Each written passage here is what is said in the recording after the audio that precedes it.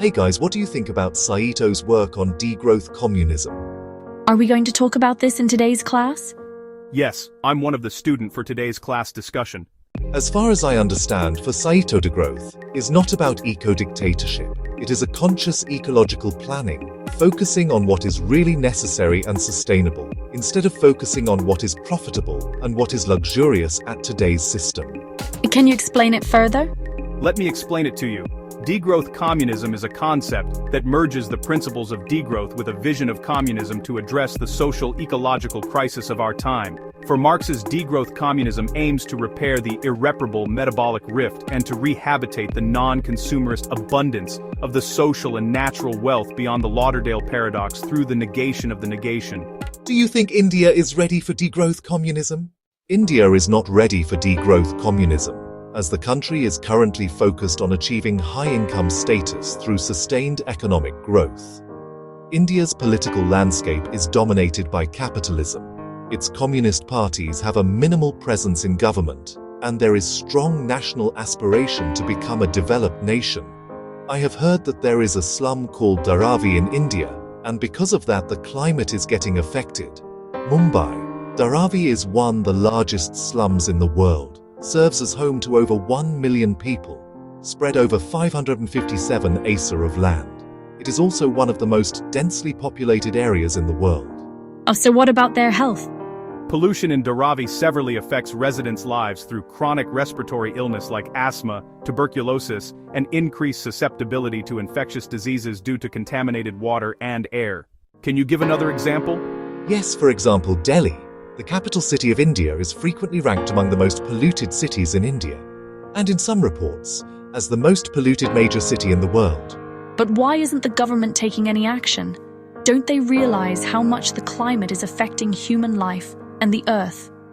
Economic goals. India has set a goal to become a developed nation by 2047, which requires consistent high economic growth, the opposite of degrowth.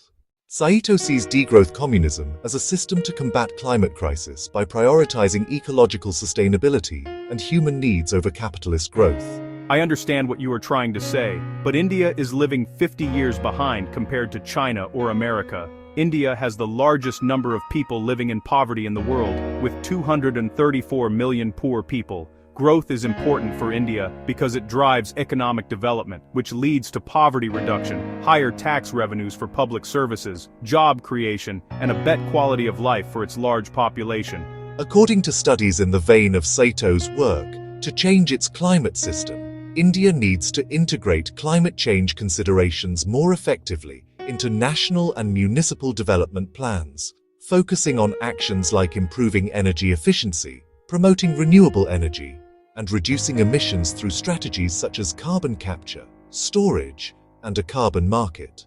Additionally, lifestyle changes and energy efficiency are seen as critical for long-term emissions reduction.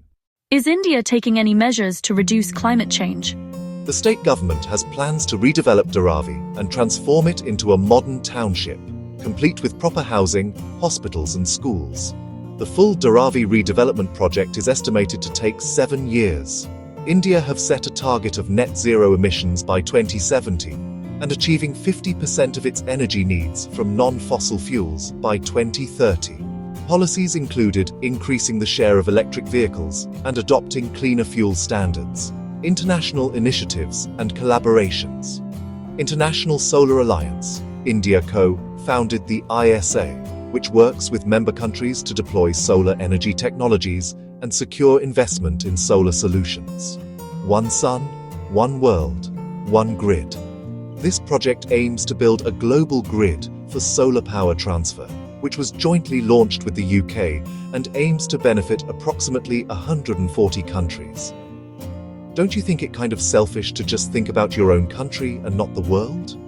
Saito says, capitalism, as a system of constant expansion, is the root cause of today's climate crisis. We understand the situation of the world, but for India right now growth is important if they want a secure future. In contrast, degrowth communism is seen as a less viable path for India, which is still at an early stage of development, as it could reverse gains in poverty reduction and average incomes. While India is also exploring sustainable development, the immediate priority is economic expansion.